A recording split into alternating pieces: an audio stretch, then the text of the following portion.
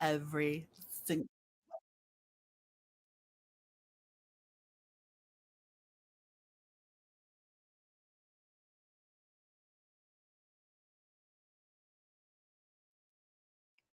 Wait a minute. Is it just me now? Or let me guess. Can anyone hear me? If her internet's going out, I don't even want to know what mine's doing to y'all.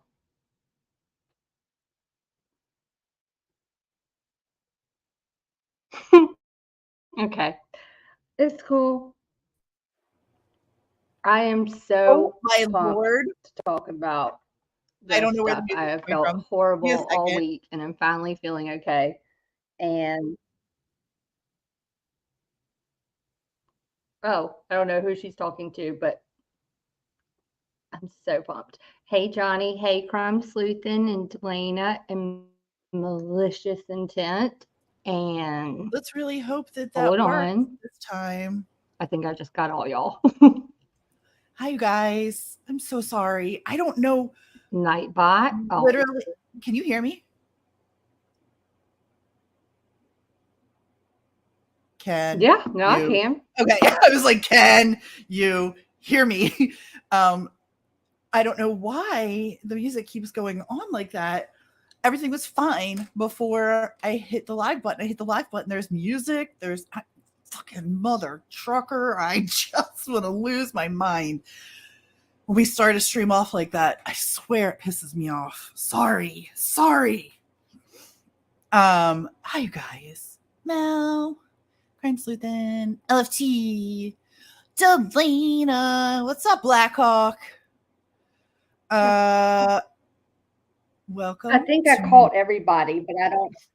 It was funny Petunia. because I was like, oh, wait, I think I'm up here by myself. It's because the music, I couldn't, my computer, once again, like, I go to use something and my computer's like, not today. No, like printer, trying to print this whole thing. Nah. Mm-mm. Bought a new printer last week. Mm-mm. Nope. Oh my God, it was crazy. Oh, good, Mel. I'm so glad. Okay, so it was just me screaming, going, oh my God, the music's playing. Tonight we discuss Murdaugh. We are docking. I never heard the music.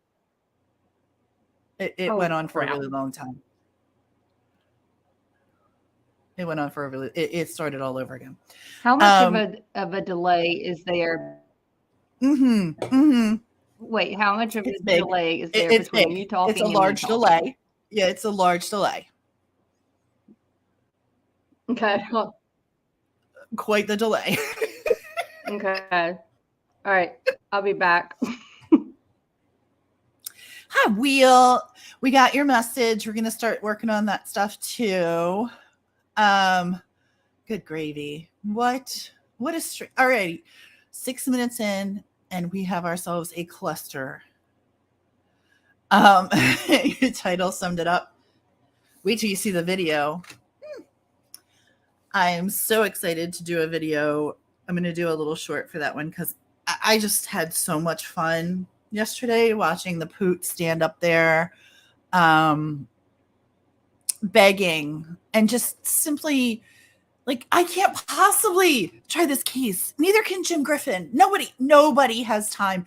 By the way, you should be on a park bench, not the bench. Like, Your Honor, you're supposed to be retired, and we're doing you the favor. We don't need you involved in all this nonsense. We got all the time. What's the rush? What is the rush? And the judge said, my name is no, my sign is no, my number is no. Oh, I love it. I freaking love it. No, he was not playing. It was great. I loved every second of it. And today, we ain't playing this game either, Mr. Star. Hold on 1 second, guys. I gotta put the doggy out. Go get that. Today, the state responded, and we have been going through. Hey, let me add her up here. Hi again. Welcome back. You need to let it go, right? The state responded, and we've been going through the 65-page motion with a fine-tooth comb. LFT. I know. We've been going through the motion with a fine-tooth comb, and when we got I was actually in the car tonight driving back, and LFT called me and she's like, the state responded. I was like, yes, I'm so excited. Because you know what that means? That means Murdaugh. We're docking it Dick Murdaugh. And I'm just so excited. Mr. Fleming had a tough week. Corey Fleming, he's going to need a Snickers because he's not going anywhere for a while. But you know what? I will say I felt really bad for him until I watched Vinny on Court TV, and somebody on his panel was like, well, he probably wasn't that upset when he was committing the crimes. And I was like, valid point. So you're only upset that you got caught, not that you committed the crimes. Oh. Gotcha. Mm-hmm. Anywho. Okay, so you want me to start? Okay, you give a little background and then I'll start the video. How about that?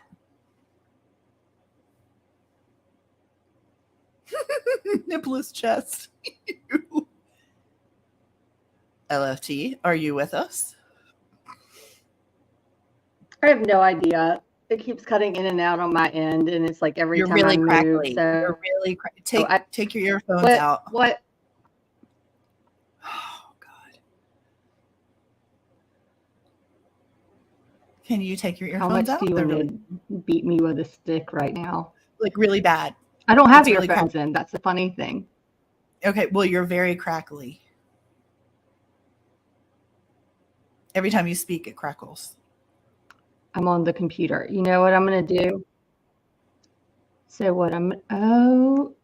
hold on. Okay, so I'll give the background. So Alex Murdaugh is doing. Is that still? What? Is that still crackly? No. Do you want to give the background now?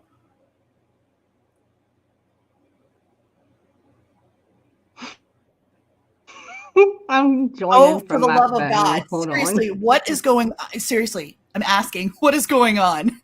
I'm like, what is that? Are you delayed or what is going on? Why are you not talking? I literally have no idea. It's like a terrible delay. And then it's like, I'm crackly. You're on your earbuds. And I'm like, no, I'm on the computer. So, hey, risk. So I'm going to risk it and try joining from my phone. Okay. In the meantime, I'm going to give the background. Oh my God. So well. Going so flippin' well. Okay. So Alex Murdaugh charged with I think it was 2 life sentences, the natural born life for your son and your wife. Um, and he is trying to scam his dirty, skanky butt out of state prison, where, by the way, he looks like he's doing super well. He's trimmed down, new haircut, had a little color in his skin. I was like, he seems like he's doing all right. I don't really know what seems to be the trouble. I don't know what you're doing here. But his defense attorneys filed a motion back on September 5th on what they claim is newly discovered evidence. Bullshit. It's not new, and it wasn't discovered after the trial, which is one of the things that we're going to have LFT explain because she's really good at this stuff. I just went through, we're going to watch the video of them doing their song and dance in front of the, Jesus, climb the pole is right, in front of their little press conference. Then we're going to talk about what happened yesterday, and then we're going to talk about, or I guess we're going to talk about the motion first, and then we're going to talk about what happened yesterday, etc., etc. I know, right? High risk. He's getting plenty of pills in the joint. He's pretty thin. I don't think he's doing the pills. I think he might be sober. Although I could be very wrong, but whatevs. I don't know where LFT is, but I'm going to share the first song and dance. And if I was telling LFT this, if anyone saw the film Chicago, where Richard Gere is like he's like dancing like to the jury and like, doing that whole thing, that big song and dance. That's what these two morons remind me of. They remind me of like keep in mind, I'm going to play Becky Hill here. Keep in mind, this is all smoke and mirrors. Because when you break it down, and we just broke this down right before, we just broke it down, we can effectively call BS on this entire thing, which I love. I love that we did that. I love that we can do that. And I love that we can explain thoroughly and show you what we're talking about. Let me present, share screen. There's LFT again. Let's pray to God that. Uh-oh. All right. Are you there? Uh-huh. Okay. And are you using on the computer as well? I'm leaving that one up in case I need to share that stuff on my screen. Okay, sweet. Okay, you sound clear. Are you delayed at all this time? I don't think so. Okay, no, you sound good. You sound really good. I was going to play the video really quick. And I kind of explained 2 things one time: can't walk and chew gum. Let's put it into theater mode.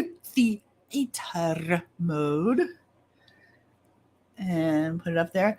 And we're going to go through this with you guys for just a couple of minutes. We're going to take about 10 minutes really quick here and go through this. It's so good. It's even better now that I've read all this stuff. It's so good when you break it down. Like, once you've gone through the motion and you've read the motion, and then, well, I mean, we actually know, it's kind of like you already know the story, but you're going back and rewatching it, or you know the movie, but you're going back and rewatching it. It's really good. It's really good. We know the ending. Mm-hmm. The ending isn't going well for, I listen, I'm going to be so shocked because if me, common person with no law degree, can pull out some of this stuff, then surely Judge Newman is going to call and be like, nah, not today. Let me make sure that you guys can hear this. I'll turn it all the way up and play. So this is the day they filed for the motion. September 5th. Tuesday, September 5th. And we're off. Oh, I don't know if you're sharing the sound. I'm going to read a statement. Am I? Griffin will have a couple words to say. It's like I can hear it in the background. It's like I can hear this thing. You know how sometimes when we're on Zoom, like I hear it in the back, like I can hear it, but I can tell it's not coming. Do you know that it's not loud when he starts? Oh, no, I did not. Okay, hold on. Tell me if you can hear it in a second, okay? Okay, sorry. Today, Jim Griffin and I filed a petition based on newly discovered evidence with us. How about now? Okay, all right. South Carolina Court of Appeals to stay Alec Murdaugh's appeal while a hearing is held on a motion for a new trial. Concurrently, we've sent a request to the South Carolina U.S. Attorney to open a federal investigation into the violation of Alec Murdaugh's civil rights. The allegations in the petition filed today speak for themselves, but we believe they explain a number of peculiarities in the 6-week trial. We request that SLED stand down. Okay. Hi, Pepper. Welcome in. Hi. SLED, stand down. That was my first red flag. I was like, now, why don't you want SLED involved? Hold on. Because they haven't invested in these allegations, since they are heavily invested in maintaining Alex's convictions. Yeah, damn straight. Because you know why? They're on the prosecuting side. Yeah, law enforcement, always on that side of the aisle. My defending friend. We suggest they wait for the Court of Appeals to rule and receive direction from the trial court. If the Court of Appeals remands the case for an evidentiary hearing, if the Court of Appeals remands the case for an evidentiary hearing, we would also request that those in the media and the public respect the privacy of those included in this filing. Jim and I want to. So far, the people included in this filing are Holly Miller, his own paralegal, and one other juror.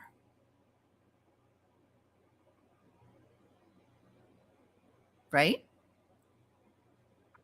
right now. Yeah. So Holly, yeah. They only have 2 signed official, like 2. They have multiple affidavits.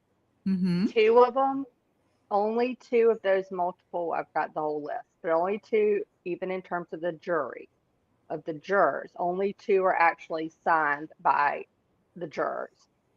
The 2 others that are included are signed by Holly Miller. They are her affidavits based on the conversation she had with these other jurors, who they were, at least one, unfortunately, weren't able to find a good time to get them to sign one.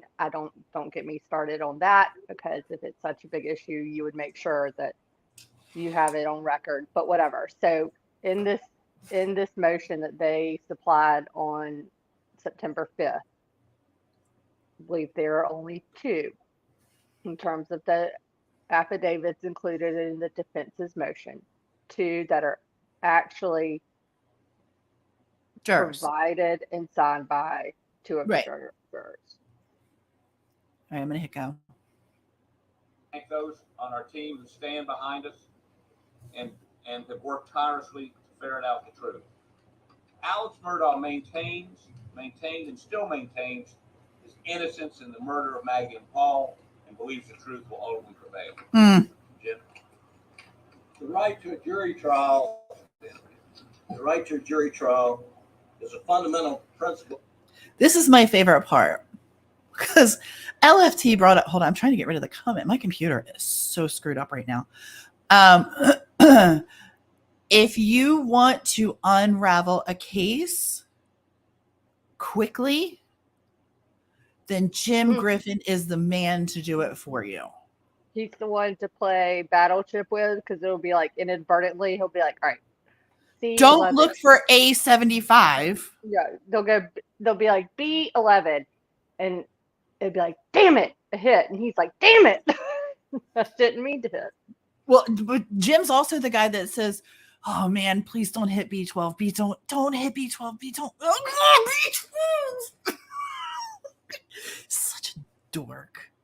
He literally unravels everything in the motion in this little speech. Of our justice system. Jurors must be free from outside influences and must decide the case solely on the evidence presented in the courtroom, subject to the rules of evidence, subject to the rules of the court, and most importantly, subject to the crucible of cross-examination that's guaranteed by the Sixth Amendment to the Constitution, and that is the right to confront witnesses. When jurors are Jim, the Sixth Amendment, this Jesus. Smoke and mirrors. Where did I put the Sixth Amendment on my notes? Sixth Amendment is granting citizens the right to a fair trial of impartial members. So they're saying he violated that the jurors violated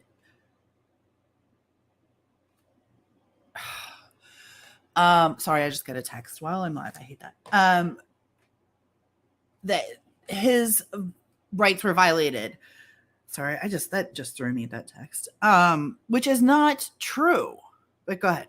Okay. receive private communications outside the confines of a public courtroom, the Sixth Amendment is violated, and numerous other constitutional rights are violated. And that's not Jim Griffin on the law. That is the law of the land.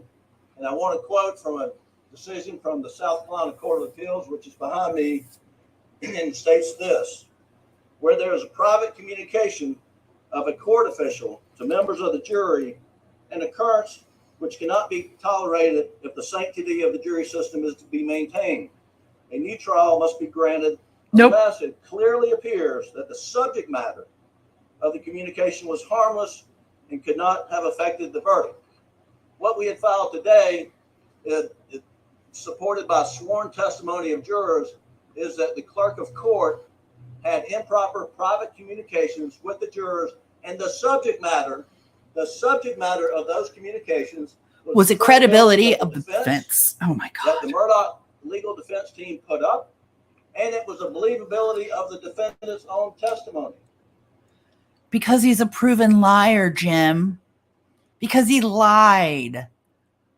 He's a liar. Now, there's been a lot of said, talked about whether Alex should have taken the stand. I can assure you,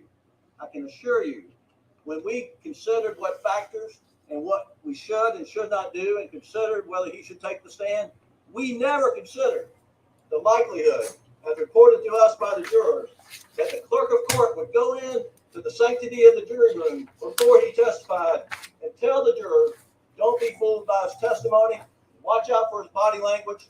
And that is what the sworn testimony that we have says.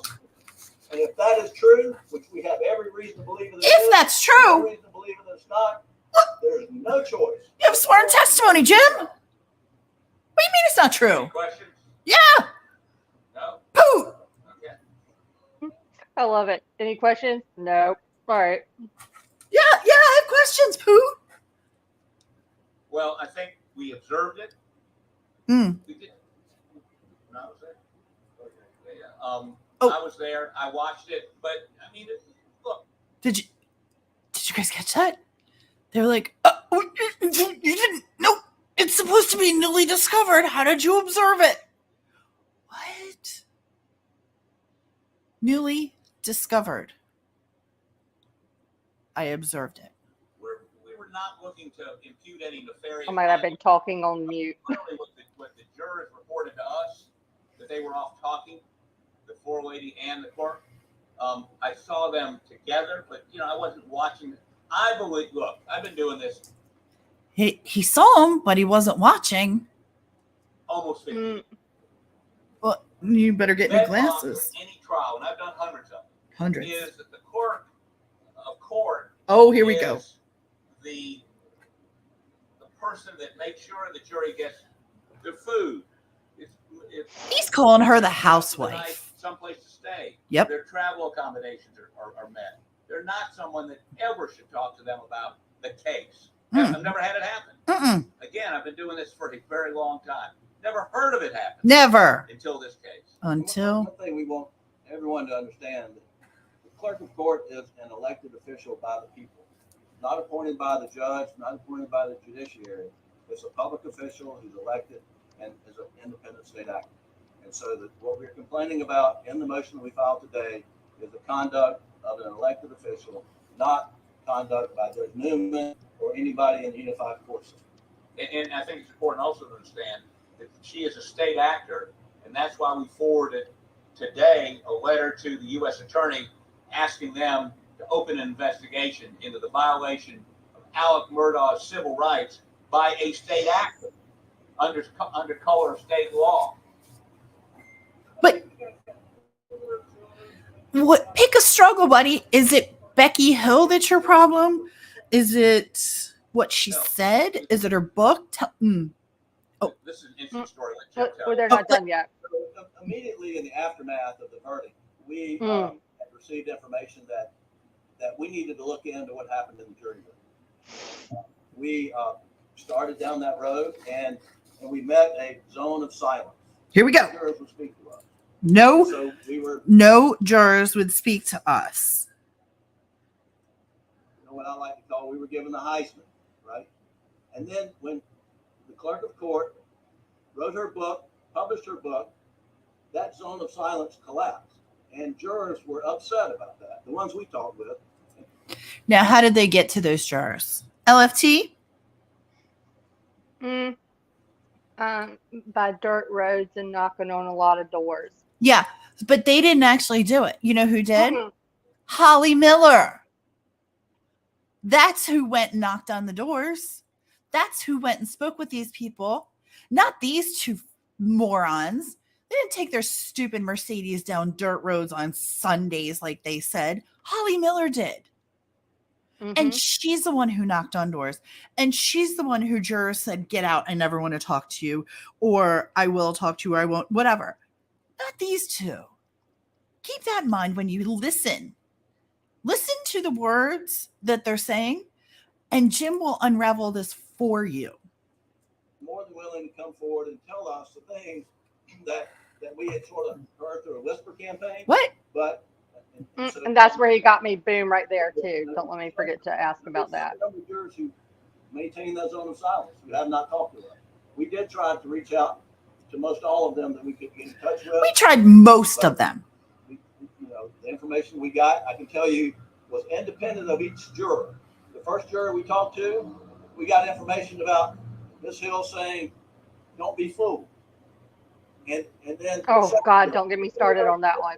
We're gonna get there. We're gonna get there. The third juror, independent of the other two, say the same thing, and so we're very confident that the information is accurate. Well, okay, because you have one person, Holly Miller, giving the affidavit. What?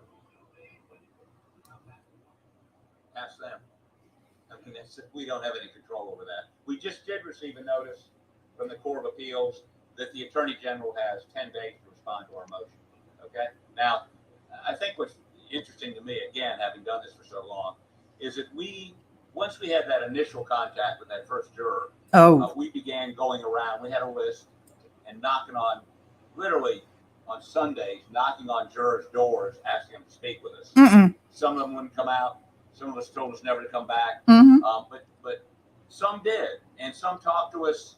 I'll give you an example. And give me an example. One of the things we heard was once the jury went out, even though there were 6 smokers and they were given smoke breaks during the entire trial, once the jury went out, they were told no more smoke breaks. You want to take that one, LFT? Oh my God. Yeah. First of all, congratulations. it's interesting that y'all are using it like that because one, as Tia pointed out to me, no one is, that's not a luxury necessarily You're afforded not or to be, entitled. Mm-mm. yep, or to be expected. And also, it's not like they went in there and was like, you don't get a smoke break until you vote guilty. Nope. No, it's you don't get smoke breaks during deliberations. Why don't you get smoke breaks during deliberations, you might ask? Well, you can't smoke in the room, so we have to let you out. Hi, Mhm. Aussie. Unfortunately, you're on federal property or state property, and you can't smoke. They probably have a little section where you can smoke. But when people smoke, you're outside, and the press is out there waiting for you to make your decision, and you're out there during a smoke break. Again, not afforded during deliberations. You can take a smoke break during the trial and when you're, during your breaks and trial and things like that. During deliberations, you're not allowed to leave the little room. So the whole smoke break thing goes up in smoke. Yeah. Try again. No, you're not. People that want nicotine, you're gonna have to get a verdict first. You betcha. You betcha. You betcha. I mean, it's that kind of stuff. Now that indicates something, and the court would be the one to communicate that. Why? So a bunch of folks told us stuff that appeared to be inconsequential, but in the total context indicated to us that what we've put in this petition. Basically, everything that they've said is inconsequential. Well, we're going to pile it in a pile of papers and we're going to offer them to you. And we're going to tap dance and hope that you don't actually listen to what we say. About the court is credible. And based on sworn testimony from 2 jurors, and we interviewed a third. My paralegal, Holly Miller, has given you an affidavit or filed an affidavit on what she told us. Hearsay, Your Honor. Just don't want to get involved. Hearsay. They're going to be involved when we get a hearing because each and every one of them is going to have to testify. You're not getting a in an hearing. open court before you as to what happened and what didn't happen. Wait, one at a time. Who?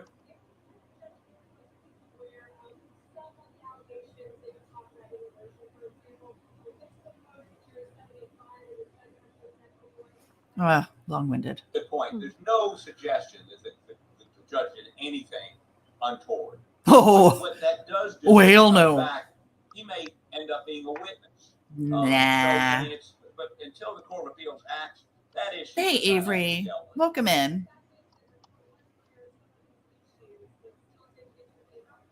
We don't know. Jurors We don't get know guilty. that he didn't intervene. That's what I'm saying. He's a witness. We need to know. He's not a witness.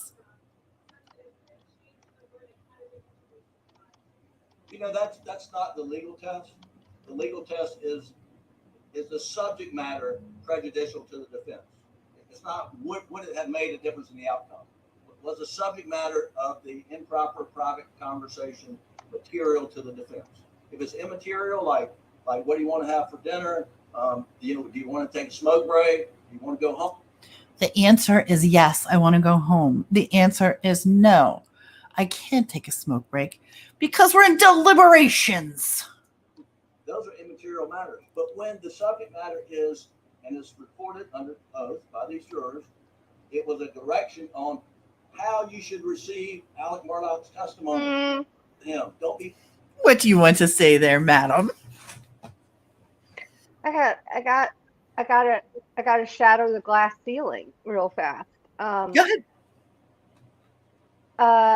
I love if they say don't be fooled by, watch his actions, all that stuff one more time, then they need to get Creighton Waters on the phone right now and have a talk with him about those verbatim statements made in his opening and closing statements.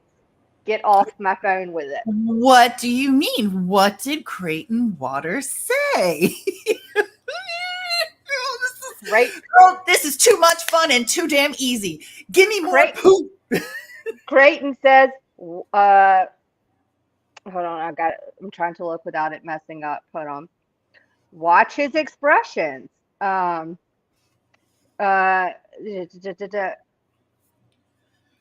watch watch what his head does.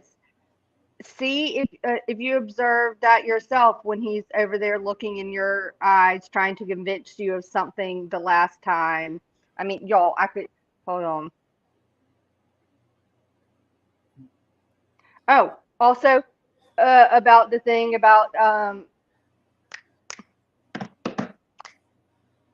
when it came to the forewarning about the pictures, the evidence you're about to see. Remember that whole thing where Yep. she was like, by the way, in Creighton Waters' opening statements, when he's referring to the pathologist and everything, he also tells them it's going to be gruesome. No other way around it, quote unquote.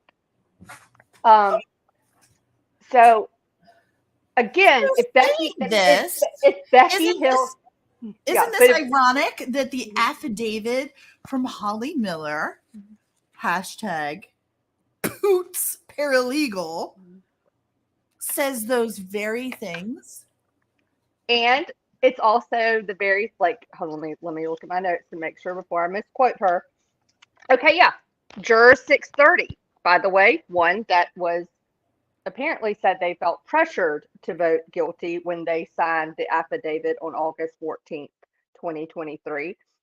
But one of the things that is quoted in that juror's affidavit was that apparently they were told not to be fooled by the evidence presented by Alec Murdaugh's attorneys. There's another one. Here we go. Don't be fooled. Number 785, who signed it on August 13th. I'm sorry. I just was like, okay. I mean, don't get me wrong. If it's coming from Becky Hill, that is a slightly different, you know what I mean. If that is a private conversation and she is over there whispering in their ears, reiterating this, no, Right, that but cannot did happen. she say it? Or y'all are going to hear things that will throw you off. Don't let this distract or mislead you. I mean, we've got the Were full, those things already said they were certainly said and or alluded to in and the I can, opening and closing statements? So, could these be misquoted? or how does it that's my whole point is that, okay, again, if it's coming from Becky Hill, oh my God, I hope y'all provide some more quotes or some more things that others can confirm with you guys. Once again, it's hearsay. Mm-hmm. So you need to somebody needs to provide some material proof here. Well, that's essentially what the state is now, which we'll get to in a little while. Y'all, I'm so pumped to finally be feeling okay, good enough to talk about all this. You have no idea. I know, I'm pumped too, because you sound like, ugh, it's been a rough couple of days here. I literally let Tia see me. I'm going off tangent for a second here. And don't get me wrong, she's kind of seen me at my worst. Hell, I've probably had cam slips and y'all have seen me at my worst. I turned my camera on for her yesterday and she was like, where are you? She was trying to find me on her Zoom screen on the 8,000 monitors or whatever the hell she had. She was like, where are you? Wait, where are you? Where are you? She goes, ooh, it was literally her whole face went, yee. She filmed me and I was just looking at her and she goes, ooh. She was essentially wolf. She was saying, and I was like, I felt, you know what? She didn't feel good. Okay. She didn't look good. She had an icy pop that she was, it was a Pedialyte icy pop. And she was just kind of eating the icy pop and looking at me. And I was like, could you be more like a 3-year-old? I mean, she was very ashen and gray and just, I was like, oh my God, you poor. Honest to God, I was like, what can we do? And you were like, she was like, nothing. I was like, there's nothing you can do. You have to learn to appreciate this. Look at this. But literally her face, she's not doing it justice. If you had been on my side of the computer screen, where she's like, where are you? Where are you? Oh, I heard you sign on. Where are you? Where are you? And then it was all happy. And she's kind of up in her screen too, because she's getting close looking for it. And then she goes, and then it was literally like, ugh, like she recoiled. And I felt It it. wasn't that bad. But she just, when you just feel like crap. And I mean, I was surprised she went on camera because sometimes when she doesn't feel good, she doesn't go on. And she was like, I don't care, I'm going on. Which also last night did benefit us. We were supposed to go live last night. There was no way. I mean, there was just no way. But it wound I up. think her reaction to me should be reasonable. I think we've made it No. clear. What I was going to say, though, is it wound up benefiting us because we got to watch the 3-part series on Fox, which was very good. So while she wasn't feeling well, we watched that together and got a feel for that. And then today the state put out their stuff. So we're kind of in Murdaugh mode right now. But before this stream ends, I'm going to talk about Rachel Morin. That I'm never going to let a stream go by without talking about Rachel Morin. Tomorrow at 3 p.m., they're going to do another flyer fan out at the head of the trail. Please keep that in mind. But we're going to get back to Murdaugh. I just want to mention, I always need to mention Rachel because she's near and dear to my heart. But anything else before I start it again? Because we're almost done with this. No smoke breaks. They didn't say you can't have smoke breaks unless you're guilty. I called this grasping at straws. Oh yeah, but the one thing I did want to say before we went further, as much as we're kind of like nitpicking this, but it's because of how much research and we've already put together. But it's both of us have for real already put together a timeline that just goes from the verdict to outline things that were said within this motion, interviews, stuff like that. And it is probably when it, like, you look at it and just pull it up. Can you pull it up? Because we're done with this interview. We got to finish it to that last part because I think Jim has one more good witty thing. But my whole point is, like, we'll show you. But this does not mean, though, that we do not think that Becky Hill, like, we are not condoning. Like, I don't know if what she's done, but legit, if there's an internal issue in terms of the procedure, whether I don't know how that's like, not necessarily say that they are for some odd reason not granted a new case because of all this. I don't know the logistics because I didn't have time to Google it yet, but I sincerely do hope that there's some sort of like internal kind of investigation, because regardless whether we like him or not, like, that's not okay. And if something does pan out that it's worthy of the Rimmer hearing, for sure, okay. I just don't know how they handle it when it comes to during that Rimmer hearing, when they're presenting, like, when defense and the state then both have to come forward and show, you're going to have testimony, etc. I just don't know how that will play out. Like, what about if they don't give enough, say there's not enough credibility in the eyes of the court behind these signed affidavits and statements made by jurors at the date in which they were made, but there's enough caution flags going up around the issues surrounding Becky Hill. So I don't know if that, like, is a different kind of hearing in and of itself. Like, not that necessarily applies to the change of the guilt or innocence of his verdict, how they handle that. Like, what about they're like, okay, all this stuff about the jurors, the state has presented stuff that just counteracts it, improves, like, this is a null point. Like, boom, boom, y'all just canceled each other out. That's not valid, not valid, not valid. The only thing that's left that's valid is anything potentially.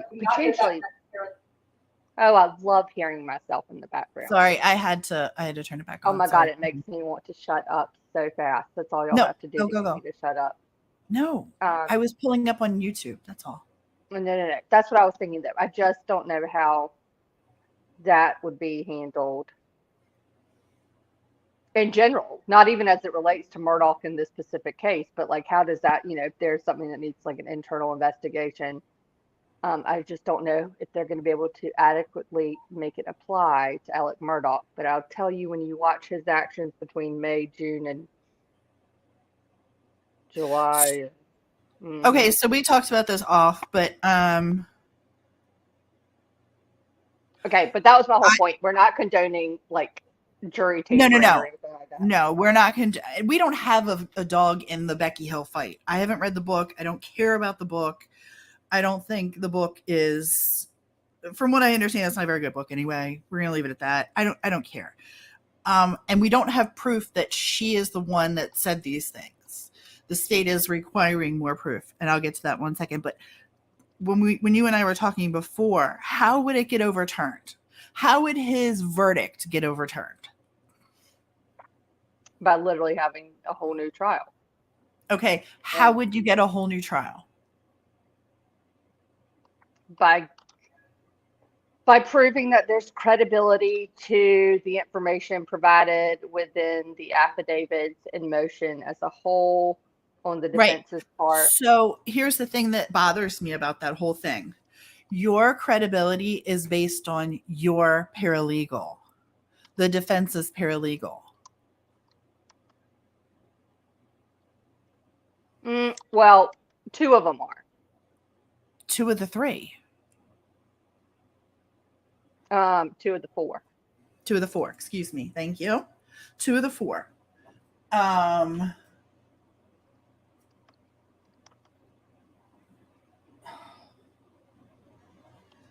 But you have to prove. Let's this take is her 2 out. Because I'm with you though. The one. Okay. I mean, granted, okay, yes, they're sufficient for them to supply within this motion that they're presenting to the courts. Of course, you want to, bolster your motion with as much, no matter how risky it is, that they could be like, okay, that's not direct quote, you know what I mean, a direct quote, but whatever, you're still putting it in there because you're providing everything you effing can. Right.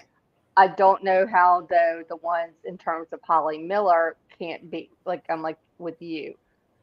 How is that not considered hearsay? Because she's tested, like that's us getting up on court in a courtroom, and any attorney in their, within their merit is going to stand up and go, objection, Your Honor, hearsay. We hear it all the time. And so I don't know how they wouldn't object saying this isn't a direct, unless they can go get those other ones that they could not find a convenient time because it was so pressing. Mm-hmm. To actually go get. But isn't it interesting that after all this time, those people cannot be found? Juror number 630 and juror 630 signed her own. I think it's juror 630 was. It's the one that felt pressured. Yeah, hold on. Her qualms are that she's claimed not to. Rebecca Hill told her not to be fooled by the evidence. That watch him closely, look at his actions, look at his movements, all the things that Creighton Waters discussed in the opening statements. Then immediately after he testified, the foreperson said he's crying on cue. Now, what the hell does that have to do with the price of tea in China? Who cares what she says? That shouldn't influence you if you're a individual who's smart enough to. The foreperson, she criticized the former foreperson. Who cares? For handing him a box of tissue. That's a human thing to do. The jury frequently discussed the case during breaks before deliberation. I would assume that they did. Had private conversations with 826. Miss Hill had private conversations with juror 826, which also happens to be the foreperson. She would speak with Miss Hill, would arrive, and the foreperson 826 would go to another private conversation. Okay. Now that to me, juror 826 and Becky Hill having a private conversation could be questions from the jury. To the court, basically. So I actually don't have an issue with that either. The foreperson never said anything about the content of the conversation, but she was collecting notes from, I mean, you know what I'm saying? And then going back and saying, do we get smoke breaks? No. Okay. Can we have lunch? Yes. Who knows? I'm speculating, completely speculating. They told us he couldn't smoke. That was 6:30. I had questioned about Murdaugh's guilt, but voted guilty because I felt pressured by the other jurors. That is a you problem, madam. That is a you problem. And the fact that you said it in an affidavit is a you problem. If you felt pressured, you could have been the one person to save the defense. But you apparently gave in to peer pressure. So then that tells me right there that, I mean, that's a problem. But that's not a problem that the defense brings up. That's not one of their qualms. Like I said, if I'm playing Battleship, because I actually still like Griffin, and at times I like Hartpootlian when I can totally remove him from all things. Oh my God, he's a great Murdaugh. Used car salesman. Yep. But I'm telling you, because I do like Griffin, and I feel kind of bad for him at times. But sometimes I'm also like, listen. Hell, let's see what he says. Yeah, it's like, listen, it's game night. We're playing Battleship. I want Griffin on my team because he'll literally just, it's in it, like I go with it, inadvertently will sink a ship by going, I need a refill. His own ship, not anyone else. He's sinking the defense's ship. He's literally taking their testimony and saying, well, okay, let me explain it further by saying that, well, no, wait, they didn't really do anything. All right, what am I playing? What do you want to hear from him? Because I want to get to the Wait, he said, remember that whole just like, whoops, I accidentally, friendly fire. I think there's another like that. Okay, hold on. Let me play it really quick. That subject matter is absolutely material. That's the core of our defense, and that is something that we had no chance to defend against. Boom, you just screwed up. The core of our defense. No. That was Greenwater's core of his prosecution. If that evidence is accurate, and the law will require a new trial. There it is right there. LFT. If this evidence is accurate, you have signed sworn affidavits. If they're accurate. If they're accurate. If they're proven true. By your own person. If they're accurate. Okay. Now, here's my other thing. I just wanted to ask you all, and thank you, Wilby. I appreciate that.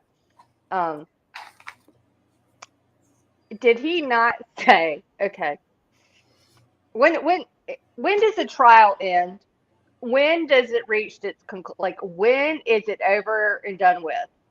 I mean, I'm just legit. When is the trial over? After sentencing? I mean, after the verdict is read, potentially, and then sentencing, right? Is that what you're asking? Like in my head, I go to sentencing. Like they are still, if there's a matter. The trial's over and you've been declared innocent or guilty. So I guess the trial's over and then you go to sentencing. So I guess the end of the trial is the end of the verdict being read. Okay. Riddle me this. Okay. They say towards the end of the trial, they started hearing whispers. Like he later refers to it as the whisper campaign. But Griffin and Hartpootlian both early on at the start of this press conference allude to saying that they were aware that they had gotten word that we need to look into the jury. Now, granted, this is after the verdict. This is not before the sentencing. So they're aware. It is in my head, I don't understand right then and there.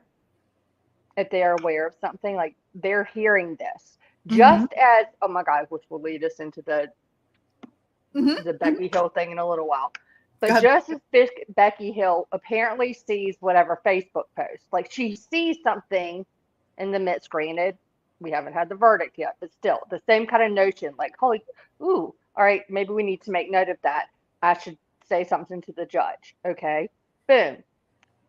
The defense, and you're representing someone whose life is literally on the line, hear stuff, and they don't go, maybe we should probably put a note in with Newman. Let's talk to him, saying like we're a little concerned whether this is true or not. We should probably like, this is a high profile case, so there's a lot at stake here. We're hearing this. How do you want to proceed? Like it was never brought to their attention. Nope. And also, congratulations, all this stuff had to be found out after the trial. Well, Johnny, one of them is a senator. Can you figure out which one? Just based on the picture? It's going to be the one that, and he's ironically a Democrat. Senator Poot.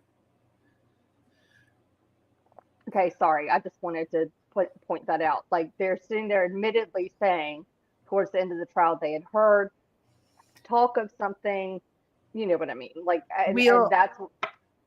Wheel said, you know what they call a hearsay lie? They don't, because it's not admissible. Right? Right?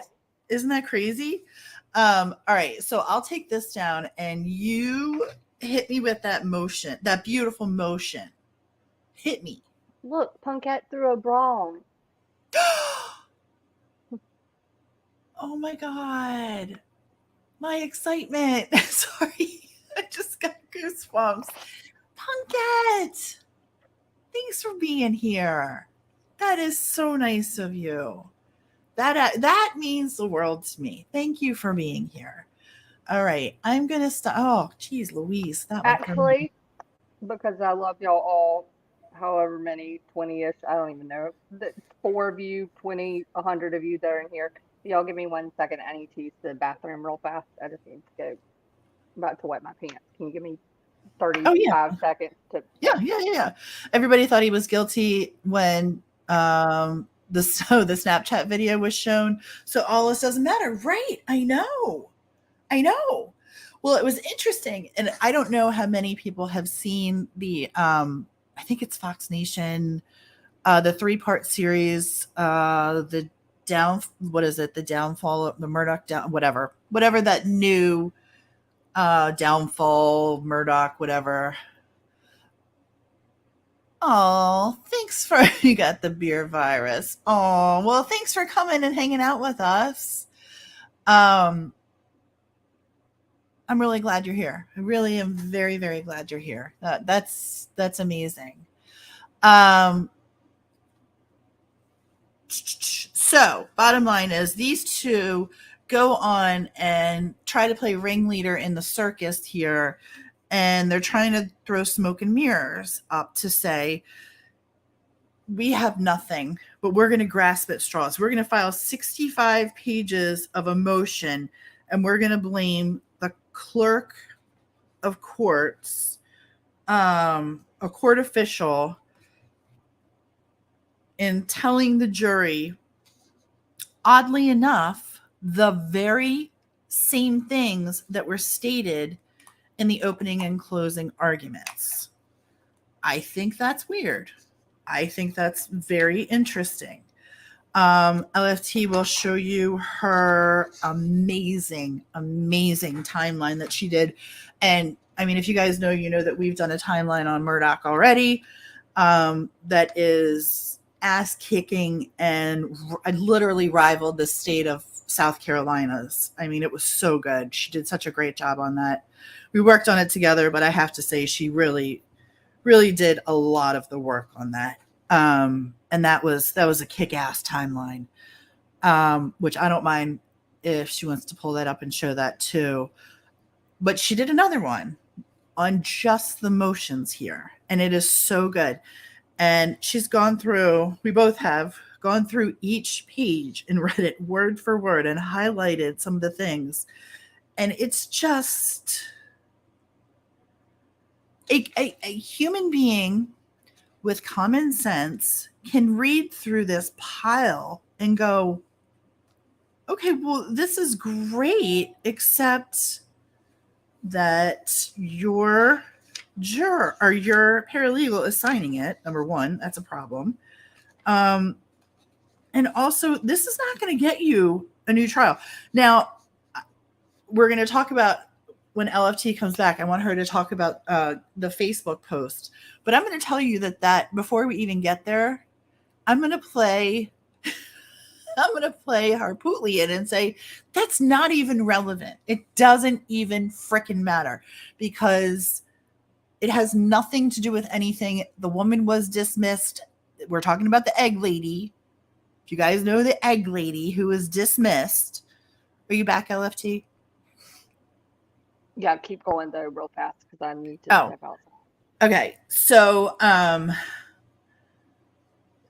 she was dismissed just before, on the last day before the verdict was read, or before closing arguments, excuse me. She was dismissed just before closing arguments. And she was dismissed not based on any of this coming information that you're going to hear. It doesn't matter. It's a case of mistaken identity, number one. And number two, it's not the reason she was dismissed. So why are you bringing it up in here? It doesn't hold water. Shut up. You know why? Because it's smoke and mirrors. It's just another thing. It's one of the things they said. Oh, don't be, all these little things are inconsequential. All these little things are inconsequential. But when you put them together in a pile of papers like this, it looks really important, right? It looks like a big stack. Woo, that's impressive. Look at all those trees that were, damn, look at that. Look at that, a lot of trees. But you know what? It doesn't matter because Egg Lady wasn't dismissed because of a Facebook post that her husband made. Egg Lady was dismissed because she ran her mouth in a separate thing. But you know what we're going to do? We're going to throw in her ex-husband and all the things that have nothing to do with this and hope that you focus on that and don't focus on reality. And reality is the Facebook post has nothing to do with anything. But I rest my case. Yeah, I did, and then here comes the younger sister that's like, well, she said something. Here we go. So no, I'm going to say something. That's right. Mm-hmm. Hit it, girl. Hit it. Watch me walking down that aisle to take the stand. Boom. And her. Okay, that's all true. But all right, so will you tell them about the Facebook post and stuff? I have some questions about it because. What is it? Again, Bye, Mel, love you. But I don't know where she's going. She's going to bed. I don't know. She can't hang with the now. big I know. But now you know what? We'll make her hang now with us I know. tomorrow night. Wait till she gets random missed calls. I'm just gonna start calling. I know. Okay. So Facebook. We all know how much some of us play well and love it. I typically play well with it and whatnot, but I have some questions now when it comes to this. Becky Hill stumbling across a post in the Walter Burrow Word of Mouth Facebook page. I really do. Not that it necessarily applies because it's been proven essentially erroneous, while that is true. Yes. But it still doesn't explain some of her actions that are within even the in-camera transcripts about it. I have a lot of questions about that. Which I stand by those questions with you. And I just saw the words caramel apple sangria. Where the hell did you get that? And Delana. Cheers, and I'm gonna Well, need the recipe for that well, one. I need that, yeah, all and of that. like you literally that just stopped me in my tracks because I love the caramel apple pops that Oh God, that yeah. we get. Oh, you got tea and lemon, sweet tea. Oh, Mhm. that's so Hmm. nice. Oh. Um, so I agree with Um, you. The Facebook okay, post. so here's the thing about this. Mhm. Because she could have just simply like, and Tia and I, because Tia's like, okay, walk me through it, because what Tia's saying isn't incorrect at all. But I'm like, but hold on, here's the caveat. This is where I'm stuck, Tell me. because, and that caveat happens between the beginning and the end of the whole Facebook saga, is because at any point in time, especially, I think we also just have to understand the nature of the town, the small townness, the environment. I get it. Like I'm from a small town too. You know what I mean? Like not that Yeah. anyone is like purposely taking liberties to where they shouldn't, but it could sometimes be a more casual atmosphere, for lack of a better word. You know what I mean? Like you're not uh, like it wouldn't fly in Chicago or New York if you're doing this kind of crap. You know, in a small town, like okay, yeah, that's just how we are. It's the southern nature, human nature of the community. Okay, I get that. You should be able to then go. She has no problems going to Newman about other issues, um, and she has no problem talking to Newman about said Facebook post because she's the one who brings it to his attention. And he just simply, I mean, I'm sure he could be a little intimidating because it's the judge. And you're like, hello, senior sir judge. Like, Mr. yeah, Man who has absolute control of my entire uh, life. Yeah. yeah.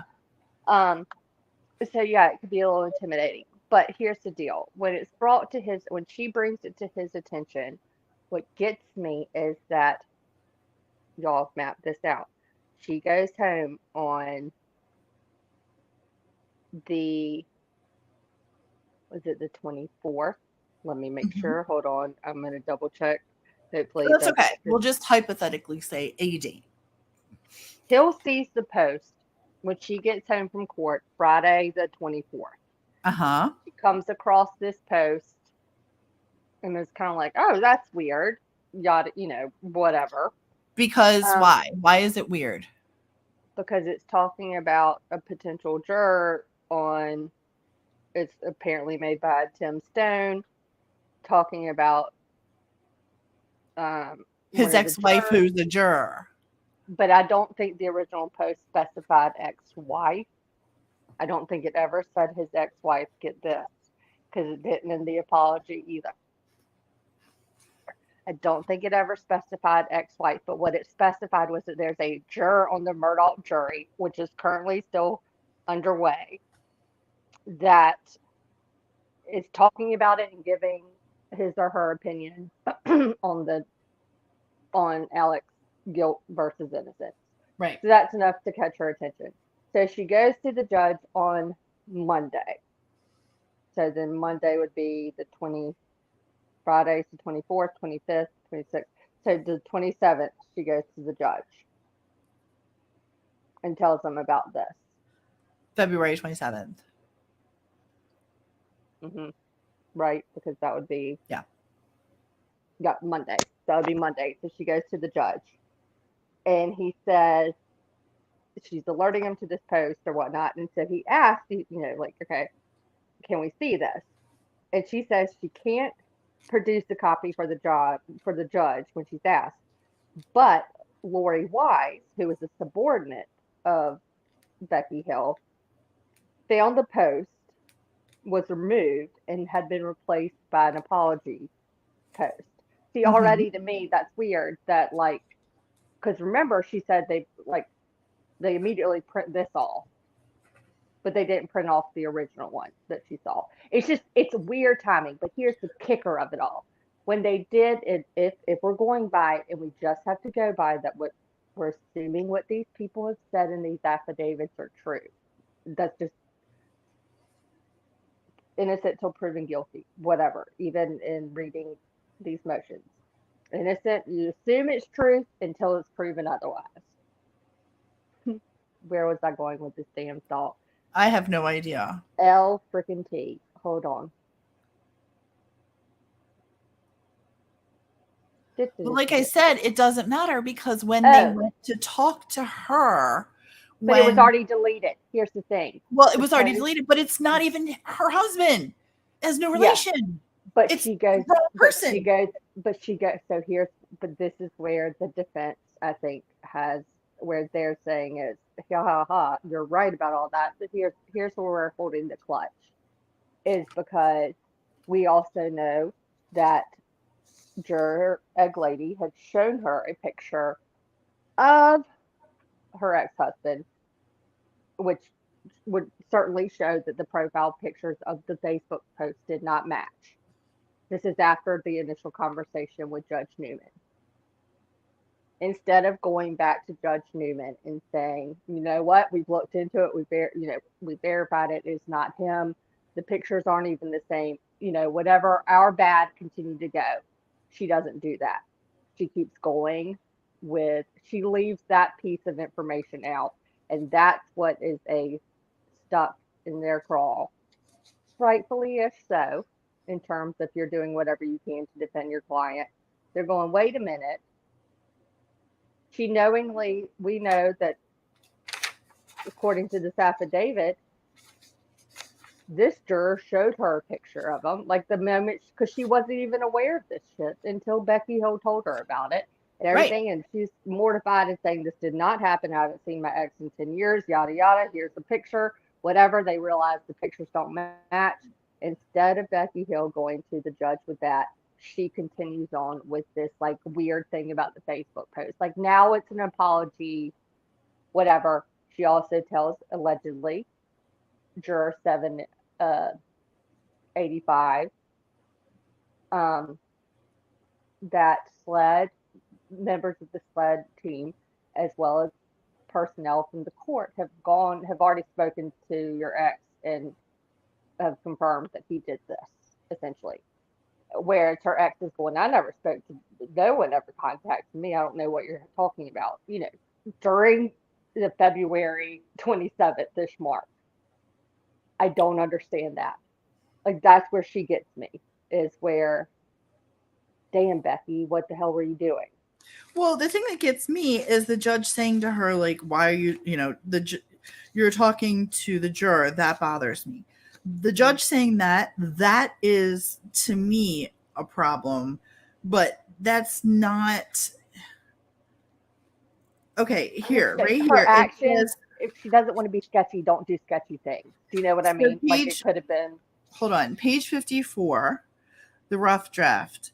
The court asks, have you put anything on Facebook?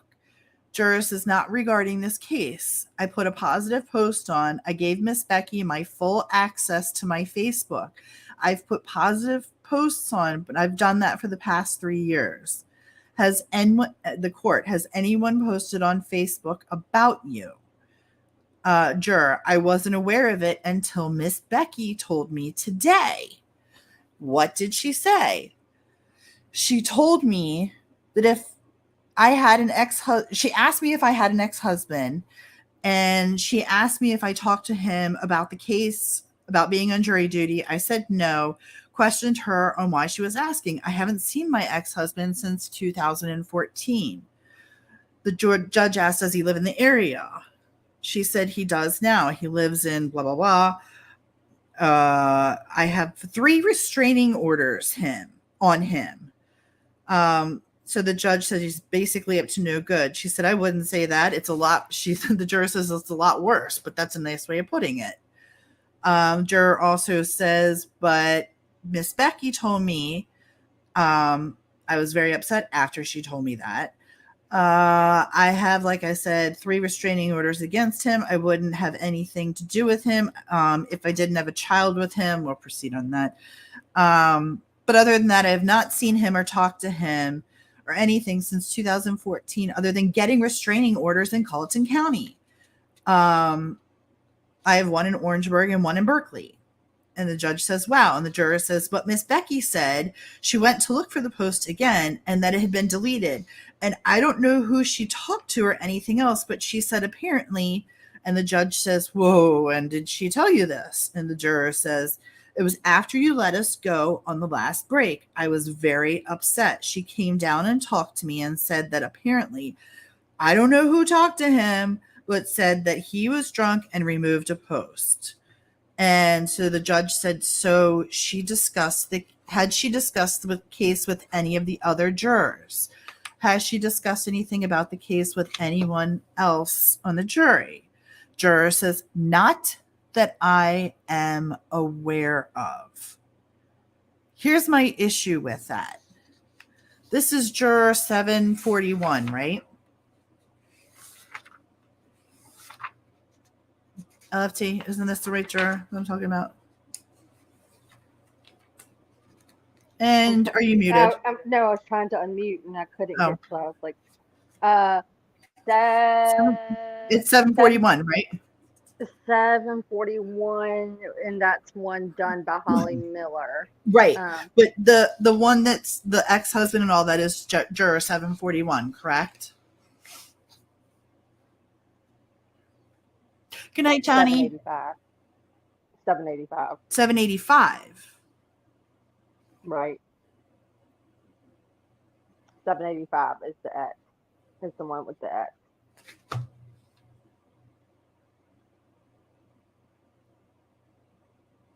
Hold on, I just had a really weird. Okay, I think I confused myself then. Okay, I don't know. Then disregard what I was going to say. You don't even know. It's awesome. Okay, so did this? Okay, my point was: has she discussed anything?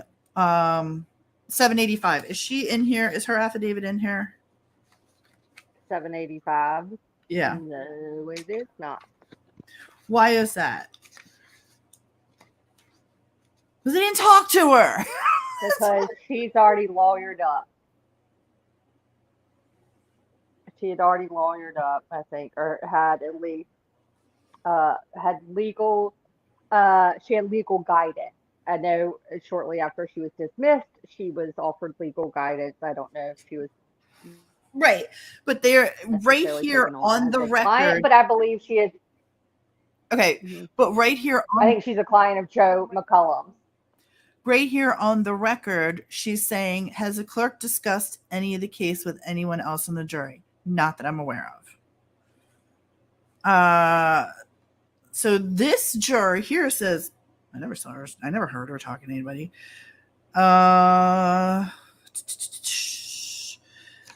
The one, okay, Mr. Griffin, Your Honor, I think that satisfies it. She hasn't talked to anybody, hasn't expressed an opinion, hasn't made up an opinion, and she's got an ex-husband that she has 3 restraining orders against him. So, Mr. Griffin, any other questions? No, Your Honor. And then they leave out, by the way, 7 pages. 785. That's right. Here it is, right here. Thank we you. We get lost, so they give us like bullshit pages. Yeah, they give us a fair amount, like a handful of pages, and then I'm reading it. I'm like, what? And then at the top, I'm literally in my notes. I go, we jump from page like 2 to something, but I was like, we are missing 7 pages of this conversation. Right. The court says, got a name. I'm not too pleased about the court or the clerk interrogating a juror as opposed to coming to me and bringing this to me. Mm-hmm. Mr. Griffin said, I was surprised to hear that. The court says, yeah. Now that is an issue to me. Mm-hmm. But the Facebook post, not an issue. I mean, I don't know if it's an issue in the terms of it affecting the case, but it's an issue to me in terms of the way she chose to handle that situation and what she has allegedly said and done. I don't understand why you would just keep it going when you knew early on that it wasn't even a post by the appropriate Tim Stone. It wasn't. Yeah, I mean, Tim Stone was not the ex-husband of 785 or Timothy And she knew that before she went back. Yeah, she went back to when she knew that by the second time she talked to the judge. For sure, by the second time she Okay, talked with the judge. but here's where I go back to again. Here we are dancing around this stupid flippin' Facebook post that has nothing to do with the Hella Beans, and it has nothing. There's nothing to do with anything here. Wrong person. The only thing I can see happening is Becky getting a stern talking to from the judge going, what the hell are you doing? But at that point, Jim Griffin and Poot should have stood up and said, whoa, whoa, whoa, Your Honor. Hold on. I agree. Did they do that? Nope. And that's also when they were supposed to, well, no, not then. It was after, it was around the time of the verdict, or by the time the verdict had been read, is where they're saying that they had heard rumblings, which is also where I put it on them of going, the dynamics of the court and how things work around here. Like, why not go to the judge and say, so during the trial, you chose not to speak up. But now you're using this information as quote unquote newly discovered evidence. Well, I have evidence that says it's not new, buddy. You were there and you were asked specific questions from the judge. Also, the jury was asked specific questions from the judge. Griffin, Your Honor, I think that satisfies it. She hasn't talked to anybody. She hasn't expressed an opinion, hasn't made up an opinion. Where is it? Mr. Griffin, I was surprised to hear that. 785, where to go? Okay, any questions for either to ask? No, Your Honor. Question number 1. Sir? Why is your clerk of court or your court clerk interrogating the jurors? We have an issue with the clerk of court speaking directly to a juror in this manner pertaining to something said about the case outside of the walls of this court. They are pulling strings, Delaney. You're absolutely right. Back to the room with the Karen. I agree. She wore a suit last night when I saw this on God. And see, and then that gets me too, because that production email that was referenced, I do believe that is, even though it's the Texas Production Group something, it is an affiliate of the Fox. It all has to relate to the fucking Fox thing. It is. Well, it does. I mean, it's Fox Nation produced it and put it out. You can, production companies you can be Joe Schmo production company, but sell it to the right person. You can sell it to Paramount. You can sell it to Fox. You can sell it to Fox Nation, News Nation, whoever will buy it. And so then she goes on. So all those little clips of her that were played within those 3 episodes are what her email was referring to in her handwritten note. Which is... Well, don't worry about that right now. That's later in the motion. Yeah. So basically, the Facebook post, in my opinion, is bunk. It's not the right guy. Also, Egg Lady was not removed from the jury. Specifically, Judge Newman says to her, this is not relating to your ex-husband. Because the email that was received on February 27th is that one from either the coworker or the tenant, and that's when they were alerted to it. That's when it's right. That's what she was dismissed for. This Facebook crap has nothing to do with it. And for the record, what the hell are we even talking about? Bringing it up in the damn motion. But get this, in the motion, in the 65-page motion, because the tenants, the refrigerator delivery stuff, the tenants, all that is in there. But will you pull up the timeline?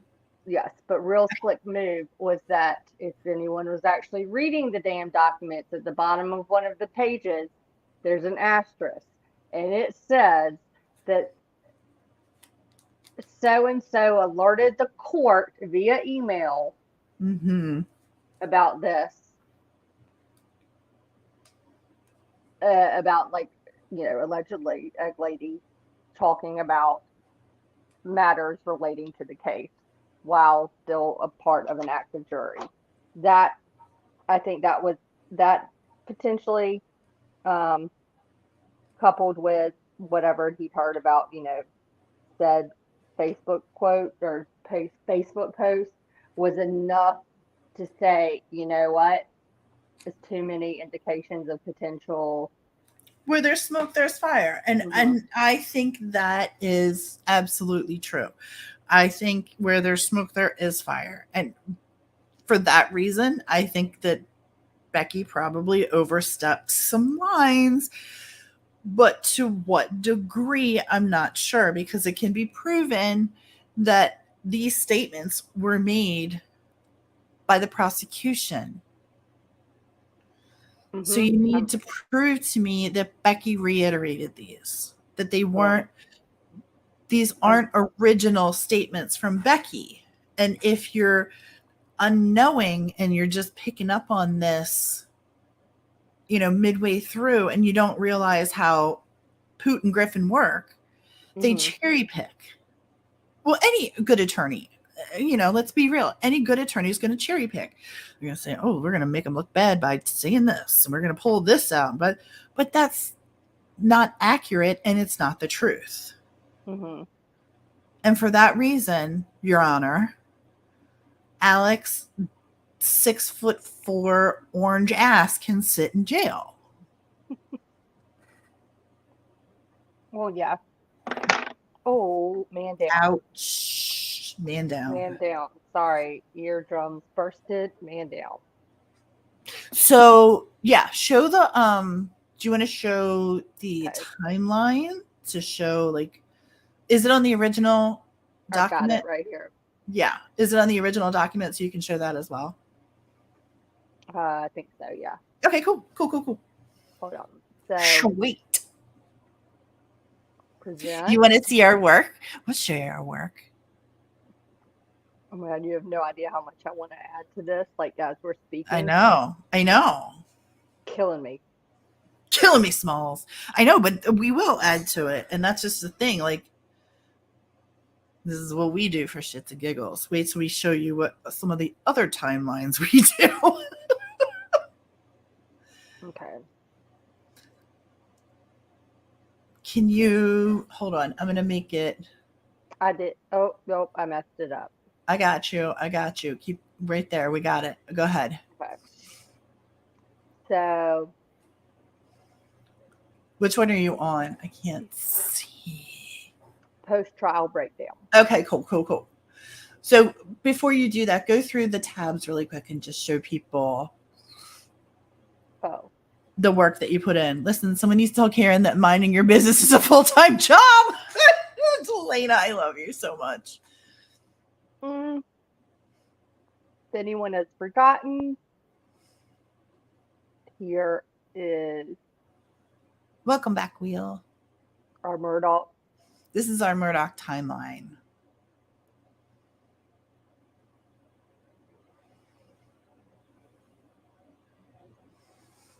Sled stuff. Oh my Sleds. God. I know, when you look at it, you're like, holy crap, we got a lot. Mm-hmm. We put it into one file to make it easier to go back and reference and for others to reference. Boat crash stuff is in here. Yeah. Stephen Smith. Actually, both of those, Mallory Beach and Stephen Smith, also have separate files. This is throughout the years, and just so y'all know, Stephen Smith actually has his own timeline. We started back in 2015. Yep. Satterfield has her own timeline. That's not Stephen Smith. This is just stuff that's in here. Hold on.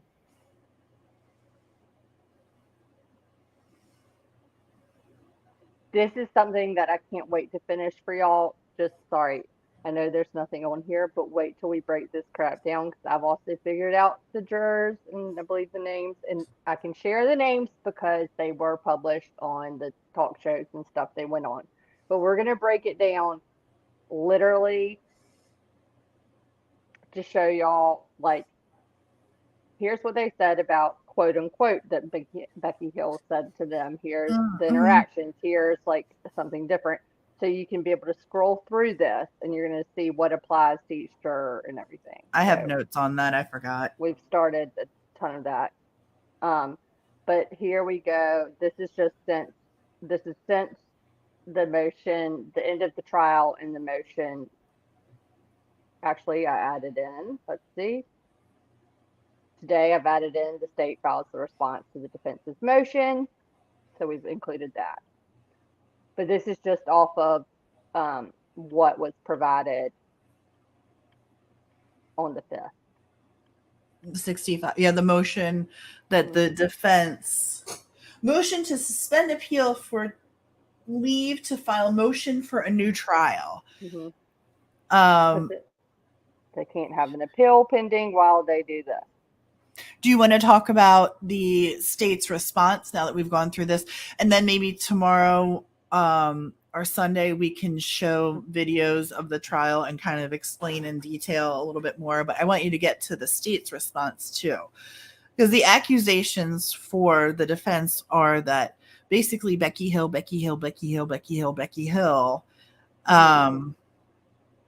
And the state is coming back and saying what exactly? Bitch, please.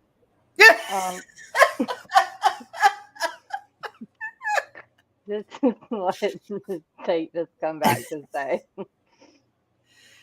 Hold on. That was the best. Okay, can we all see this? Yeah. Okay, so this is the state's response. However, and we will include the link, but I want to read y'all something that DeWitt from Greenville Online did, and he did a really good way of mapping this out. We'll share the article with you. But basically, what they are saying is they're putting a few little hitches in the defense's giddy up because they are saying that, okay, here, they filed a response. They're filing a response now to the jury tampering allegations against Alec Murdaugh, but they're also casting some questions and doubt of their own. One of them being that if these allegations are true, that the Murdaugh's attorneys knew about them during the trial and did nothing, which, if that's the case, would legally prevent them from even seeking a new trial. That's matter one. Again, after discovered evidence, and quote, is important to keep in mind throughout this. But basically, they're also saying Alan Wilson comes back, isn't that his name? Attorney General, is it Wilson? Alan Wilson, yeah. Alan Wilson comes back, and he provides a brief 5-page document, well, technically 4. But what he's essentially asking them is, what the response is essentially asking / questioning is the truth of the allegation, one, and the timing in which the defense actually heard these allegations. They also, and I just want to stress, in order for this, what their response dictates and ask of the defense is you've got to show these 5, at least, 6 things. 1, 2, 3, 4, okay, 6 things, essentially, in order to have this case, handed back to the circuit court, to follow through with the new appeal. You've got, you've presented us with this, we've looked into it, and here's our response. basically they're saying in order for you to pass this back up to the courts, you have to show us that one, according to the response filed today, oh wait, I'm sorry. So this is how it's worded in the article. The AG's office contends that in order for the Murdaughs to have this case remanded back to the circuit court and proceed with the new motion for a new trial, based on this after discovered evidence, his attorneys must show the following. There are 5 things. 1, the evidence in question is such as will probably change the result if a new trial is granted. 2, the evidence has been discovered since the trial. 3, the evidence could not have been discovered prior to trial by the exercise of due diligence. 4, the evidence is material to the issue of guilt or innocence. And 5, the evidence is not merely cumulative or impeaching. They've been able to give several examples because they say today's filing states that the Murdaugh's attorneys, in quotes, made multiple statements to various outlets indicating they were potentially aware of an issue with the jury at the end and with the jury at and about the time of trial. And they give several examples, like literally, well, at least 3 that I can look at, see right off the top of my head, but like where the defense has gone out and said, like, they're hinting that they knew about this during the trial, before the trial concluded. Shut up, Dick and Hartpoolian. Shut up. Stop talking. You should have just filed this and shut up. Let's see. There was the September 5th press conference. They quoted as one of them because they say Hartpoolian, oh, this is amazing, Poot, in responding to a question as to whether they saw the alleged conduct during the jury view or found out about it after the fact. His reply is, I think we observed, I was there, I think ... we observed ... I was there, I watched it.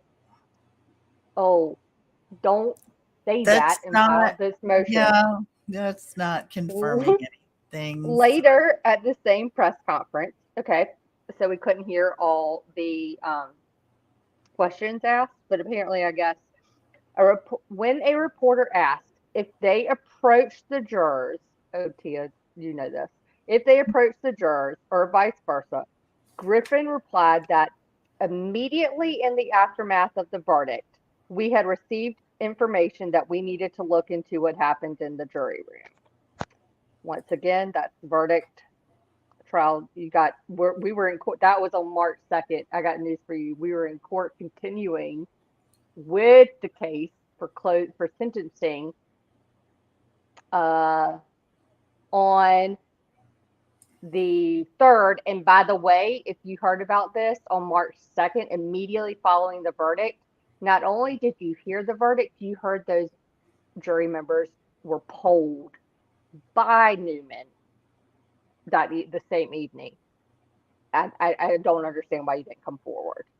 So anyways, and then the 3rd one that they note in this article is that on September 6th, their amazing one on GMA, who they went on, that both of them, they stated, soon after the trial, ... Actually, as soon as the verdict was rendered, we had gotten some indication from folks in the courtroom that there was something untoward that had happened in the jury room. They said that publicly the day after their press conference. Now the AG's office has this document, which we can give you a quick overview in 1 second, has submitted their response within the 10 days.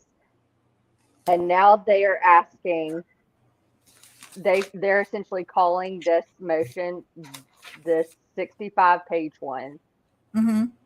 that the defense submitted on the 5th. They're essentially calling this 65-page motion defective, and they are giving the defense 10 days to correct, in quotes, the procedural defect and establish precisely when and how it was first learned of these allegations.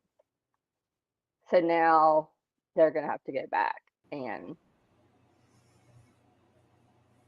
prove all this crap. Wait, what is, I'm sure Tia won't mind. What did I miss? Oh God, I wasn't. Delana, I'm sorry. Do you mind re-asking? Because I missed what you said. I'm so sorry.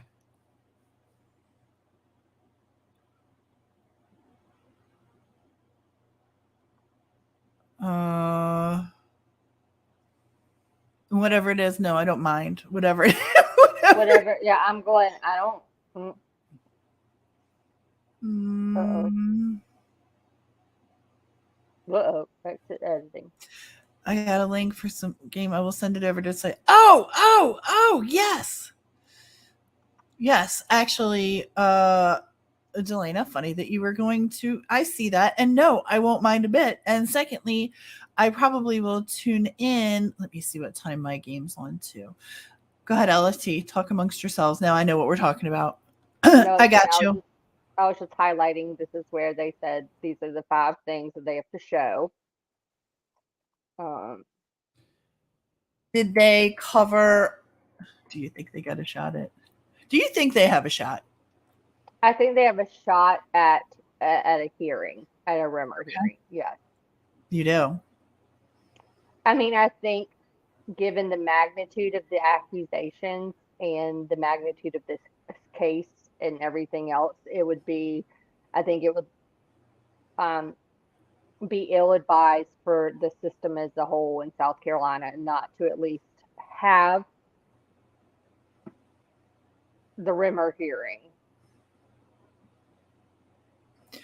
All right. So interesting. Well, how about if we go live again and conclude some of this stuff, like wrap, like put it in a nice bow. You didn't interrupt, Delana. You actually reminded me of something else. So I'm really glad that you guys are chatting away. That's what this is for. That's exactly what this is for. So never apologize for that. I love, you don't have to, this isn't gray hues. Sorry. You can talk amongst yourselves while we're talking amongst ourselves. That's perfectly okay. Just for the record, here's what I was talking about where it said the juror, yes. the co-worker of a tenant of a juror of 785 emailed the court on February 27th, which is the Monday, stating that the tenant said her landlord was a juror and had expressed an opinion when delivering a refrigerator to the property more than a week earlier. See? Now, however, these other people, I think it's later in it. What page? I'll have to find it. We'll map it all out for y'all.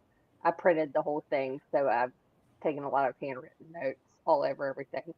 But this is referenced again, and it's like they contradict themselves because they're going, I didn't say anything.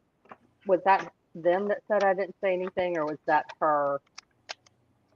She denies ever saying anything to him, but it's just, I think this is when it gets to when he was saying this doesn't, I think when Newman said this doesn't have anything to do with your ex, and that is in the in-camera part and everything. Yeah. The defense tries to explain it away of saying when 785 asked Newman that day, right before she was dismissed, have you spoken to the clerk of court? He, according to the defense, she, and I do kind of believe this, like I think she was referencing the conversation she had with the clerk of court earlier that day, because I don't know if we said this, there was an unanswered call from her ex-husband that she did end up getting, but she did not answer it, but it freaked her the hell out, and that was the day of the verdict. That was Monday.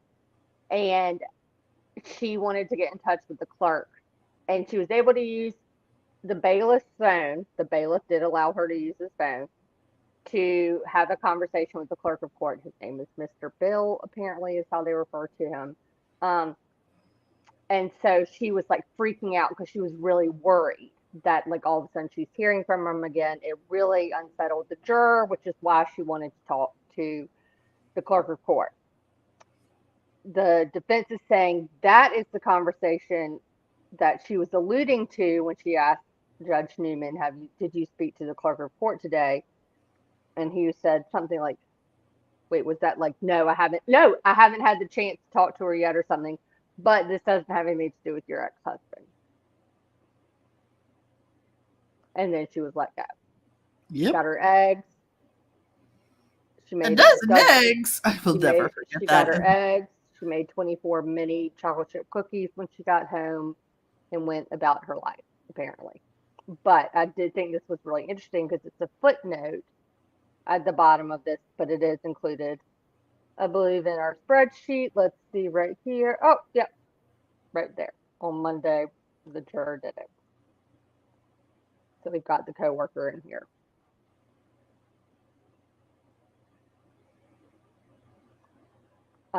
But there's so much I want to break. Like, I really want us to finish this thing. Oh, you can't see me, can you? Yeah, we can see that. Your screen sharing, yeah. Oh, the empty one that we don't have anything filled in yet? Yeah. This is what I'm like, dollars to donuts as I sit here and do, because it's so on my mind and I just want to get it out there. Mm-hmm. I want us to break this down so that we all know what jurors, like we said, who's who, and what was said. And like over here, I envision it like this, have them up top, and then over here on the column side, it's going to be like direct quotes from Becky, yada yada, right. and we include, and then it's like interactions with Becky, or what they saw, witness Becky's actions / interactions with Becky, personal matters, who mentions the smoke break. I want it mapped out so we know who said what, and does it all make sense? Delana wants to know if you think there will be a second trial.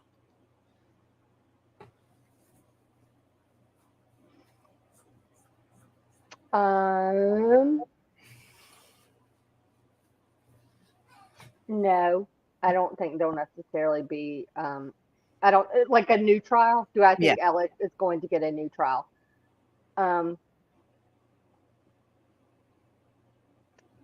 At this moment, based on the state's response to this, I think the defense's next filing within the next 10 days is going to determine it. Like I said, I think it renders a Rimmer hearing maybe, like, at the very least. Just because of such substantial allegations. And this whole thing pisses me off because now I get what this is about now. Oh, it's been about this the whole time. This isn't about Alec getting a new trial and going home, because that shit is not going to happen. This is about Alec pleading guilty in federal court so that he thinks he can go to federal prison, which is slightly better than the state prison that he's in. Now, if he's going to go, we already know he's already submitted that he's going to plead guilty in federal court, the line of thinking being that he will go to, they'll transfer him to federal prison for the financial crimes that he is accused of, right? Or the other crimes that he's accused of. They're going to let him go to federal prison. Do you honestly think that Judge Newman was born last night and like, you know what? Let's put aside the 2 life murder sentences that you have in state prison. Let's put those aside. And you go ahead and you promote to federal prison for your white collar crimes. Huh? Mm-hmm. No, this is all a distraction to get him in federal prison. What they wanted to happen was they didn't want this to go through in front of Newman. They wanted a new judge, which is why yesterday Poot did the whole song and dance about, oh, I thought you were going to be retired, Your Honor. I thought you were going to be, well, now I can't, like the whole, what's the rooster, I'll say, no, I can't go see my wife in, Oh my God. at Thanksgiving, and I can't possibly go through it. It's because they didn't want this to go through in front of Newman. Snowball's chance in hell. You're right. Snowball's chance in hell, and hell's pretty damn hot, I'm told. So all of this is fluff to me. None of it makes a hill of beans.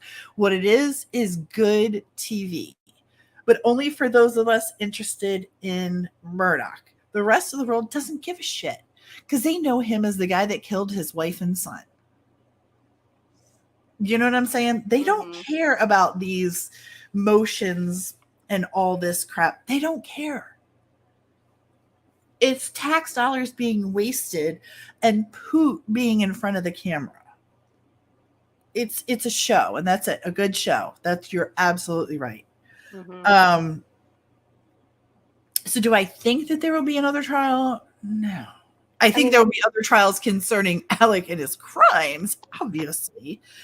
But like Eric Bland said, he thinks Poot's going to get a flat tire or, get arrested in Brazil, or there's like so many other things that are going to happen.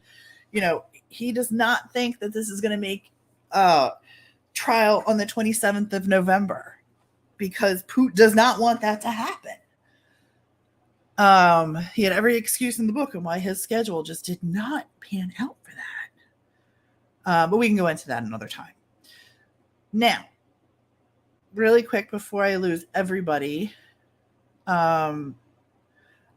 game day tomorrow. Delena's son plays at 1 p.m. If you know, you know. The man, the myth, the legend. I love a good team meeting. Shh. Also, Michigan plays Under the Lights at 7:30 p.m. They play Bowling Green. Whatevs. While I was here listening to LFT present Wheel, I was looking up some stuff, and I have locations for Billy Wayne Young, which is interesting. We're going to talk about that. But what I want to end on is tomorrow at 3 p.m. At the Monpaw Heritage Trail, Rachel Morin's family will be handing out more flyers. Let me show you what the flyers look like while we're here. We're going to be handing out more of these flyers to the community. And this is why I got to get my dang printer working tonight, because they got to print some of these off.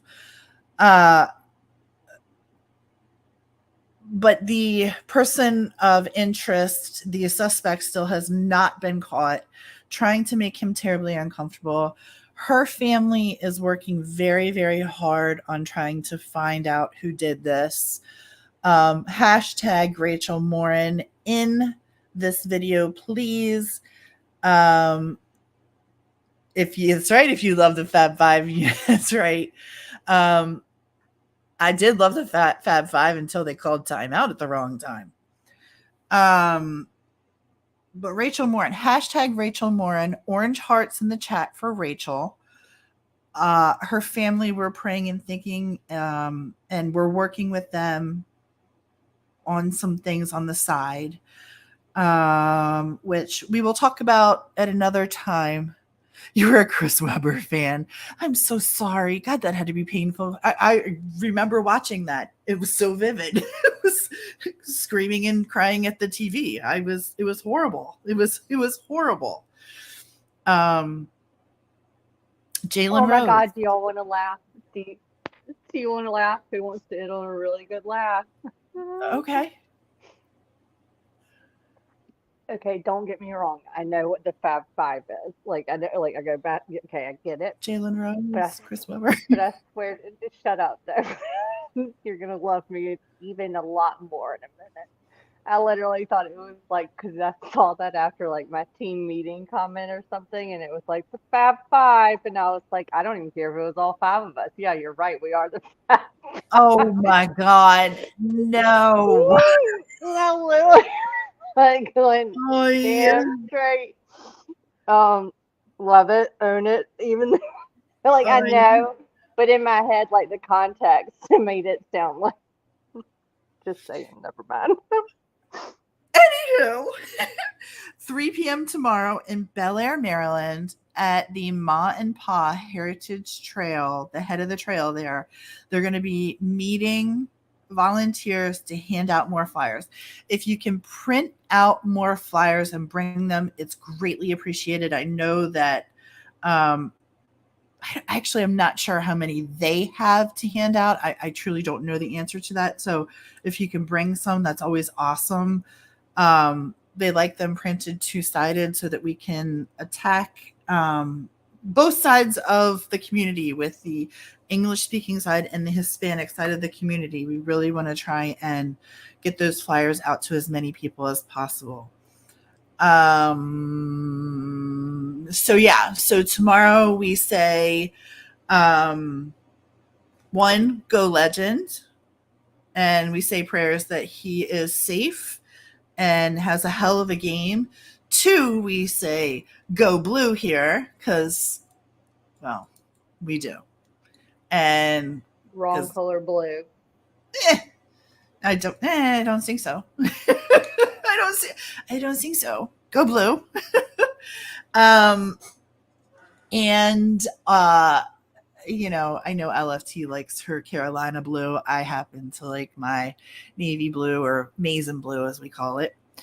And finally, Rachel Morin, tomorrow 3 p.m. to hand out flyers to try and just blanket the community with as much information as we can. I have 2 videos coming out this weekend, hopefully one on Murdaugh and one on Morin. Morin is going to be just a very short video. We're going to try and put out something with this information on it, but I want it as a short so people can share it. Murdaugh will be my silly attempt at some humor, just because he just makes me giggle. And I say that very tongue-in-cheek, by the way, because it doesn't escape me that the man killed his wife and his son. It does not escape me at all. But his attorneys are, dancing whatevers, and they amuse the hell out of me. And as long as they file their appeals, we will cover them. Carolina kicked the Fab Five's ass. We're not going to talk about that. They're like the way they come across are like the best 1970s cartoon characters ever. Oh, I know. Really, truly, they do. But we're going to decide. I don't know if.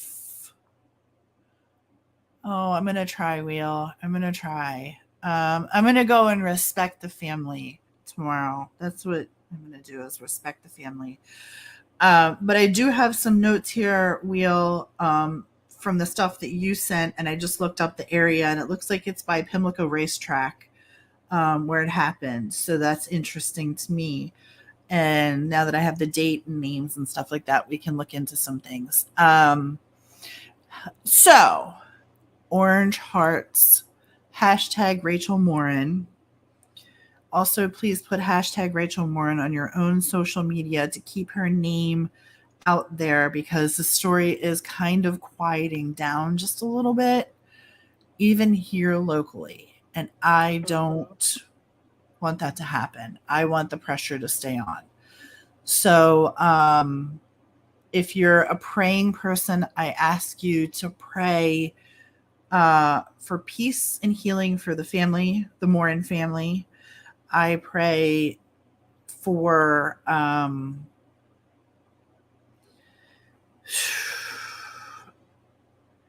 don't know how to I ask this, truly do ask this. I don't know how to pray other than to say that I hope the police, law enforcement can find this guy, because the only thing that goes through my heart is like vengeance, and I don't want to pray when that's going through my heart. So I just hope that law enforcement can find this individual who did this to Rachel and justice is received. And like I said, healing for the family. Mhm. Anything on your plate, Miss Madam, that you want to go over besides, like, I know we want to talk about Murdaugh stuff. Hashtag Rachel Morin. Mm-hmm. I'm gonna hashtag it myself. Hashtag the new Fab Five. New Um, Fab Five. hashtag team meetings. Hashtag stay blessed. Yeah, Hashtag stay and blessed. insert Delana here now. No, I no, I echo everything that y'all said. I just I know Murdaugh kind of isn't the most popular thing right now in terms of the rest of the true crime world, but listen, I got that one over there hooked. I'm pretty committed, and so just like it or Lump it. lump it. Um, bear with us because I do want to cover parts of this, and I just want to be able to put together a few things that we've, you know, talked about and just at least have it available. And this is, I mean, I hate to say this is fun for us. Murdaugh is fun for us, but it kind of like, it's a stress reliever, because it's like, oh my If God. it, And and if y'all don't think like literally about splash like some water on my face because I have the best friends in the world who helped me get through some stuff today, like I can splash some water on my face and then I can put on my pajama pants and literally sit here and type until I get sleepy to go to bed. Like that's all I want to do mm-hmm. because I'm that big of a nerd and I don't like having a thought. Like it's like me leaving a dish in the sink. I can't do it overnight. You just we're lucky if I get them drying on the counter before going to bed. Like I have to fight myself to be like, leave it, it's fine until tomorrow. But it's more like I can put on pajama pants, fix a cup of tea, and sit here and do it in the quiet until I go to sleep. Well, we just, like I said, we'll always, it's, Murdaugh is one of those cases that we just are kind of obsessed with. Um, that'll be our night job. Our day job will be trying to help the Morin family, trying to help Wheel, trying to do all the other things. And, you know, nighttime, we get to go back and forth and talk about Murdaugh and what our thoughts are. And we differ. We differ. And it's great. I love it. I freaking love it. Because she's made some super valid points.